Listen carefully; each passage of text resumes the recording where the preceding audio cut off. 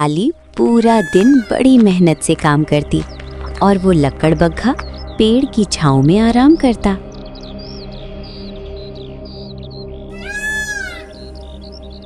अरे वाह, जिंदगी हो तो मेरे जैसी। मैं अपने दिमाग का प्रयोग करके बैठे बैठे ही खा लेता हूँ। अब लाली ने भी साल भर का खाना इकट्ठा कर लिया होगा। अब मुझको पारो के पिता के पास जाना चाहिए और मैं पारो से शादी करके लाली की तरफ देखूंगा भी नहीं।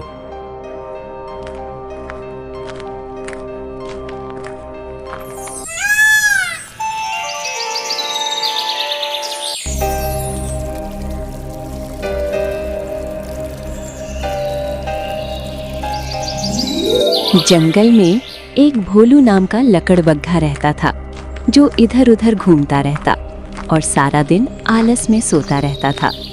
और जब उसको भूख लगती तो वो दूसरों का शिकार चुराकर अपना पेट भर लेता। वो अपनी जिंदगी पूरे ऐशो आराम से जी रहा था। एक दिन वो सोकर उठा तो उसने अपने सामने एक सुंदर सी लोमड़ी को देखा। अरे वाह, इतनी सुंदर लोमड़ी मैंने तो इससे पहले कभी नहीं देखी। इस पर से तो मेरी नजर हटती ही नहीं है। ऐसा लगता है मानो जैसे आसमान से कोई परी उतर आई हो। अरे ओ लकड़बग्घा, मुझको इतनी देर से क्यों घूरे जा रहा है? पहले कभी कोई लोमड़ी नहीं देखी। अरे वाह, तुम तो मुझसे बात कर रही हो। मुझे तो लगा था इतनी प्यारी लोमड़ी किसी को क्या भाव देगी, लेकिन तुमने मुझसे बात की। मुझे बहुत अच्छा लगा। सच में तुम्हारी आवाज़ सुनकर मुझको बहुत सुकून मिल रहा है। बस बस, मुझ पर ज्यादा लाइन मारने की कोशिश मत कर। मैं इतनी आसानी से तुम पर पटने वाली नहीं हूँ। अब तुम मुझको आसानी से अपनाओ या फिर मुश्किल से अपनाओ, अब तो मैं तुम्हारा होकर ही रहूँगा और तुमको अपना बनाकर ही रहूँगा। क्या तुम मेरे साथ शादी करोगी? अरे वाह लकड़बग्घा, तुमको शादी करने की बहुत जल्दी पड़ रही है। पहले तुम अपना परिचय तो दे दो और मुझसे मेरा परिचय ले लो, तभी तो शादी करेंगे। मैंने तो तुम्हारा अभी ठीक से नाम भी नहीं जाना है। वैसे क्या नाम है तुम्हारा? मेरा नाम लकड़बग्घा है और तुम्हारा नाम क्या है? मेरा नाम पारो है। पारो, मेरे पिताजी ने मुझको झूमती हुई बोतल पीकर पैदा किया था। अरे पारो, तुम्हारे पिताजी क्या शराबी हैं जो तुमको झूमती हुई बोतल के साथ पैदा किया था? अरे नहीं लकड़बग्घा, मैंने तो बस ऐसे ही बोल दिया। तुम्हारा नाम और तुम मुझको बहुत अच्छे लगे। अगर तुम मुझसे शादी करना चाहते हो तो तुमको मेरे पिताजी से बात करनी होगी। हाँ, मैं तुमसे शादी करने के लिए कुछ भी करूँगा। चलो तुम्हारे पिताजी के पास चलते हैं। और दोनों पिताजी के पास जाने के लिए निकल गए। पारो का पिता लकड़बग्घा को देखते ही गुस्से में आ गया। अरे ये तो भोलू चंद है। पारो क्या भोलू चंद की बेटी है? ये तो भाई भोलू चंद है जिसका मैं शिकार चुरा कर भाग गया था। अगर इसने मुझको पहचान लिया तो मेरे लिए तो मुसीबत खड़ी हो जाएगी और मैं पारो की नज़रों में भी चोर बन जाऊंगा। खैर, अब तो ये बुढ़ा हो गया, इसको क्या याद होगा। पिताजी को मेरा नमस्कार। पारो बेटा, ये वही है जिससे तुम शादी करना चाहती हो? हाँ पिताजी, ये वही है जिनको मैं अपना जीवन साथी बनाना चाहती हूँ और मैं इनका घर संवारना चाहती हूँ। घर तो तुम जब संभालोगी ना, जब इस आलसी चोर के पास घर होगा। ये तो खुद बेघर है, तुझको भला घर कहाँ से दे पाएगा? नहीं ससुर जी, मेरे पास मेरा खुद का घर है। चल मान लिया, तेरे पास तेरे खुद का घर है, लेकिन उसमें खाना पीना तो मिलेगा नहीं, क्योंकि तू तो चोरी करके खाता है और तू सारा दिन सोता रहता है। काम तो तुझसे होता नहीं है और तू पूरा दिन आलस में ही पड़ा रहता है। और जब तुझको भूख लगती है तो तू किसी दूसरे का शिकार चुराकर अपना पेट भर लेता है। यही है ना तेरे पूरे दिन की दिनचर्या। अगर मैं तेरे बारे में और ज्यादा बताऊंगा तो पारो को बहुत बुरा लगेगा, इसीलिए अब तू ज्यादा मेरा मुंह मत खुलवा। नहीं पिताजी, अब मैंने चोरी करना छोड़ दिया है और अब मैं खुद से मेहनत करके खाता हूँ। अरे लकड़बग्घा, तू मुझको पिताजी मत बुला। अभी तेरी पारो के साथ शादी नहीं हुई है और जब तक मैं जीवित हूँ मैं तेरी शादी पारो के साथ हरगिज होने भी नहीं दूंगा। पिताजी, मैंने अपने आप को अब बदल लिया है। अब मैं सुधर गया हूँ।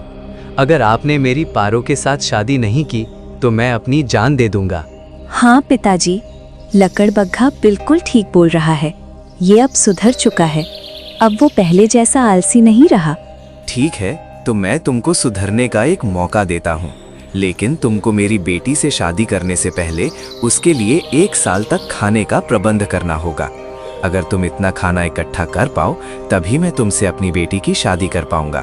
क्या तुमको मेरी ये शर्त मंजूर है? हाँ ठीक है पिताजी, मुझको तुम्हारी ये शर्त मंजूर है। अब मैं तुम्हारे पास जब ही आऊँगा जब तक मैं 1 साल के राशन का प्रबंध ना कर लूँ। और वो लकड़बग्घा गुस्से में वहाँ से चला जाता है और एक स्थान पर बैठकर सोचने लगता है।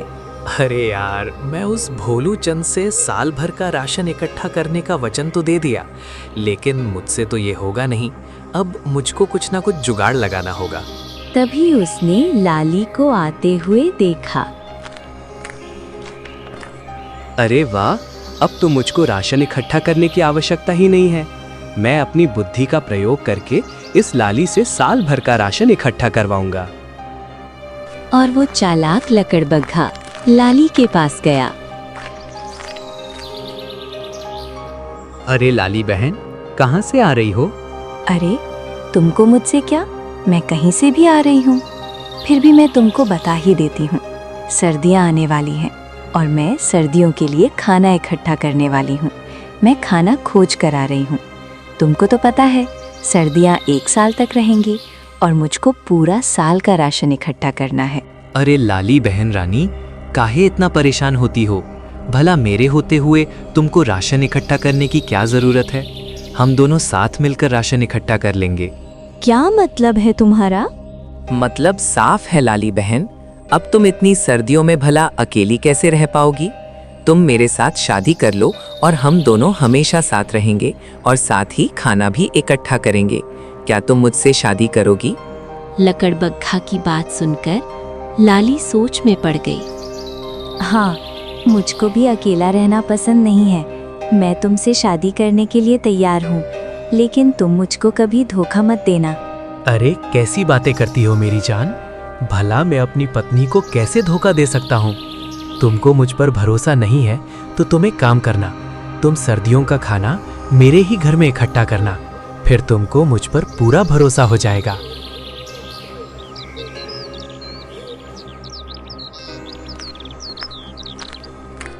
और वो लाली को अपने प्यार के जाल में फंसाकर उससे खाना इकट्ठा करवा लेता है।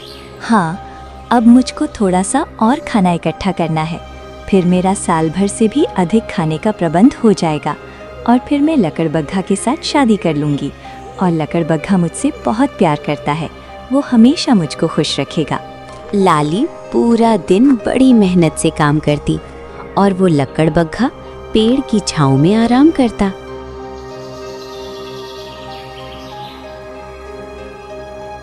अरे वाह, जिंदगी हो तो मेरे जैसी।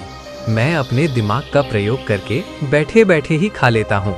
अब लाली ने भी साल भर का खाना इकट्ठा कर लिया होगा।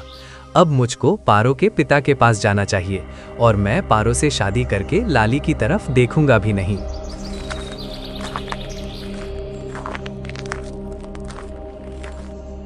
देखो लकड़बग्घा, मैंने पूरे साल का खाना इकट्ठा कर लिया है। अब हम शादी कर लेते हैं। हाँ, मैं यही तुमसे कहने वाला था लाली, लेकिन तुमने मुझसे पहले बोल दिया। अब हम जल्दी से जल्दी शादी कर लेंगे। इस घर को तो तुमने अच्छे से सजा दिया और इसमें साल भर का खाना भी इकट्ठा कर दिया।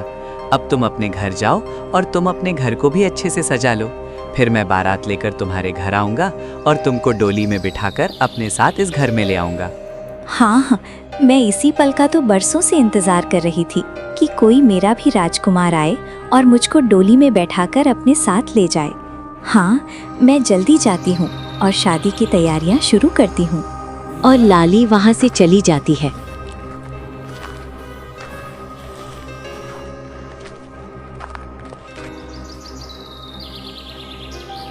और लकड़बग्घा पारो के पिता के पास पहुंचा। अरे पिताजी, मैंने साल भर का पूरा राशन इकट्ठा कर लिया है। अब आप पारो से मेरी शादी करवा दो। सच में तुमने साल भर का खाना इकट्ठा कर लिया, वो भी इतनी जल्दी? सच में तुम्हारी इस मेहनत से मैं बहुत खुश हूँ। अब मुझको पूरा यकीन हो गया है कि तुम मेरा ख्याल अच्छे से रखोगे। लेकिन मुझको अभी भी यकीन नहीं हुआ है। पहले मैं इस लकड़बग्घा के घर जाकर पूरा साल भर का राशन देखूंगा। तभी मैं पारो की शादी तुझसे करवाऊंगा। चल मेरे साथ और मुझको अपना साल भर तक का इकट्ठा किया हुआ राशन दिखा। और लकड़बग्घा के सब उसके घर की ओर जाते हैं। बाप रे, तुमने तो साल भर से भी ज्यादा का राशन इकट्ठा कर दिया। तुम तो बड़े ही मेहनती निकले लकड़बग्घा। अब मैं पारो की शादी तुमसे जरूर करवाऊंगा। और वो पारो को शादी करके अपने घर ले आता है।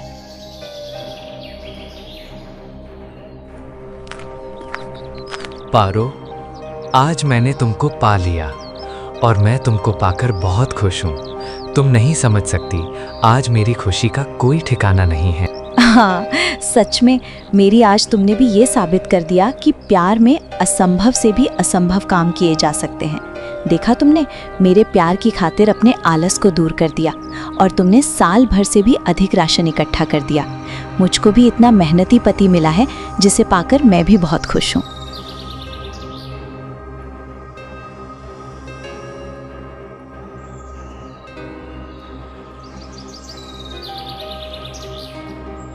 और उधर लाली लकड़बग्घा का इंतजार कर रही होती है। पता नहीं ये लकड़बग्घा भी कहाँ रह गया। अब तक तो उसको बारात लेकर मेरे दरवाजे पर आ जाना चाहिए था। कई दिन बीत गए पर वो अभी आया नहीं। मुझको लकड़बग्घा तो घर पर जाना चाहिए। शायद वो किसी मुसीबत में हो या उसकी तबीयत खराब हो गई हो। मुझको चलकर देखना चाहिए। मैं उसको ऐसे अकेला कैसे छोड़ सकती हूँ? आखिर मैं उसकी होने वाली पत्नी हूँ। और लाली उसके घर चली जाती है। देखो पारो, मैंने तुम्हारे लिए कितना सारा राशन इकट्ठा किया है, लेकिन तुमने अभी तक मेरी मेहनत की कमाई को चखा तक नहीं है। क्या तुमको मैं और मेरा राशन पसंद नहीं आया? ऐसी बात नहीं है मेरी जान। अगर तुम मुझको पसंद नहीं आते तो मैं तुमसे शादी क्यों करती? तुम मुझको बहुत पसंद हो और तुम्हारा खाना भी। लाओ, तुम मुझको अपने हाथ से खिला दो। हाँ जरूर, मैं तुमको अभी अपने हाथ से ताज़ा फल खिलाता हूँ। बदमाश, अगर तूने मेरे फलों को मेरी सौतन को खिलाया तो मुझसे बुरा कोई नहीं होगा। तूने राशन इकट्ठा करवाया मुझसे और शादी का वादा किया मुझसे और बारात लाने का वादा किया मुझसे और शादी कर ली तुमने भोलू चंद की बेटी से। अरे लाली बहन, ये तुम क्या कह रही हो? क्या ये राशन तुमने इकट्ठा किया है? लकड़बग्घा ने तो कहा था कि ये राशन उसने इकट्ठा किया है। नहीं, ये पूरा राशन मैंने ही इकट्ठा किया है। इसने मुझसे शादी करने का वादा किया था और कहा था कि मैं बारात लेकर तुम्हारे घर आऊँगा, लेकिन ये बारात कहीं और ही लेकर चला गया। तुम इतने धोखेबाज निकलोगे लकड़बग्घा, मैंने कभी सोचा नहीं था। अब मैं तुम्हारे साथ एक पल भी नहीं रहूंगी। वो दोनों दुखी मन से उस धोखेबाज लकड़बग्घा को छोड़कर वहां से चली जाती हैं।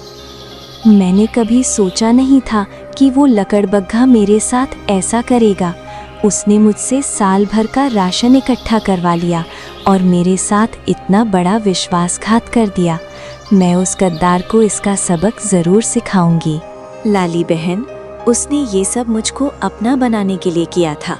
उसके सामने मेरे पिताजी ने शर्त रखी थी कि वो 1 साल का राशन इकट्ठा करेगा, तभी मैं पारो की शादी उससे करवाऊंगा। मुझे लगा था कि वो ये सब अपनी मेहनत से करके दिखाएगा, लेकिन अब भी वो वैसा ही है जैसा पहले था। उसने अपना आलस बिल्कुल भी नहीं छोड़ा है। मैं उसके प्यार में बिल्कुल टूट चुकी हूँ। अब मेरा जीने का कोई भी इरादा नहीं है और मुझे अपने आप पर बहुत ज़्यादा घिन आ रही है कि मैं उस आलसी की बातों में आकर अपने मन में उसके सपने सजाए थे। अब मैं जीना नहीं चाहती पारो बहन, मेरा मर जाना ही ठीक रहेगा। तुम ऐसी बातें मत करो लाली बहन। एक काम करो, तुम मेरे साथ चलो। मैं अपने पिताजी के साथ रहती हूँ और तुम चाहो तो तुम भी हमारे साथ रह सकती हो। इससे तुम्हारा अकेलापन भी दूर हो जाएगा और मेरे पिताजी को दूसरी बेटी भी मिल जाएगी। चलो मेरे साथ।